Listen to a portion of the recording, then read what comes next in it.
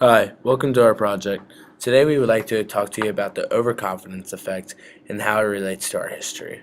Take a minute to read the triangle below. All right. Have you read it? Have you read it out loud? Well, do you notice anything abnormal about it? No, exactly. But there's an extra the. Hi, my name is Brett Shell. And I'm Noah Waldman. We are both juniors at the Miami Valley School. The sentence you just saw is much like a transformer. It's more than meets the eye. Something as simple as reading 7 words can be messed up if not paid attention to closely. This doesn't just apply to reading or anything else. This can be applied to anything that's involved with our lives.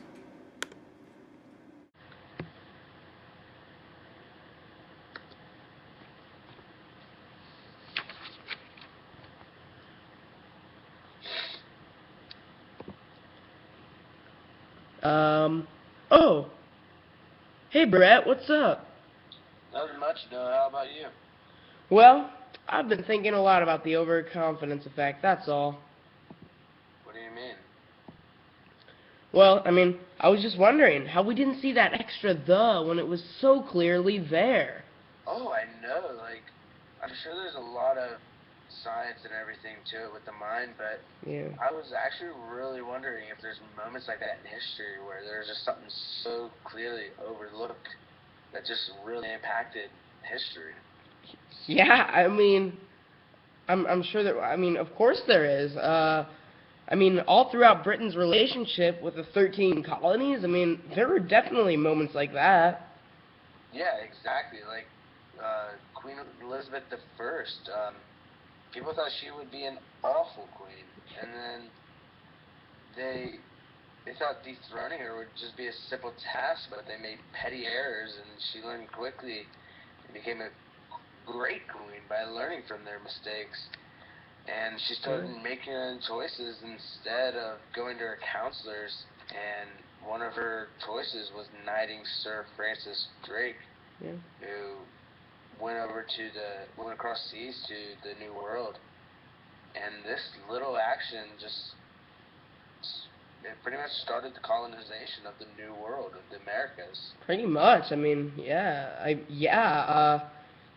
then when the king sent his second-rate redcoats later to America during the Revolutionary War, instead of his top-line soldiers, he sent his redcoats, his second-rate soldiers. He was being pretty overconfident there. Oh yeah, you're right.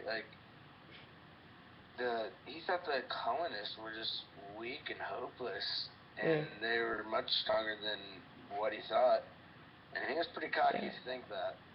Yeah, no, I agree. But you gotta cut him some slack. He's not alone. There were so many other times in American history where like, people forgot to look for that extra the in the triangle. People overlook so much. That's true. Yeah. And just like the British Parliament thinking they were so powerful that they could raise the taxes as they wished in the Americas. And the colonies revolted, which led to the Revolutionary War. Revolutionary War, that's one of the biggest events just by I know. overconfidence, just thinking they were gonna take it, and Yeah. what happened? But you Yeah. know what? No, I still think that this really still applies to us today with everything we do. How so though? Whether you're just reading a book for fun or class, or Yeah. making small to big life decisions, we need to think clearly of the situation at hand. Yeah, I see what you mean.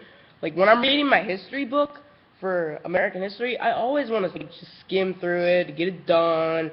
But when you sort of take a moment and really look at the words and really just absorb what's in the text, I see things coming together and it's much easier to understand the whole of it and the concept. You got to look for it.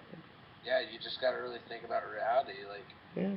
When I'm playing lacrosse, it may be simpler for me to just get the ball and shoot right away, but I just got to slow it down and think of what I can do and what we can do as a team.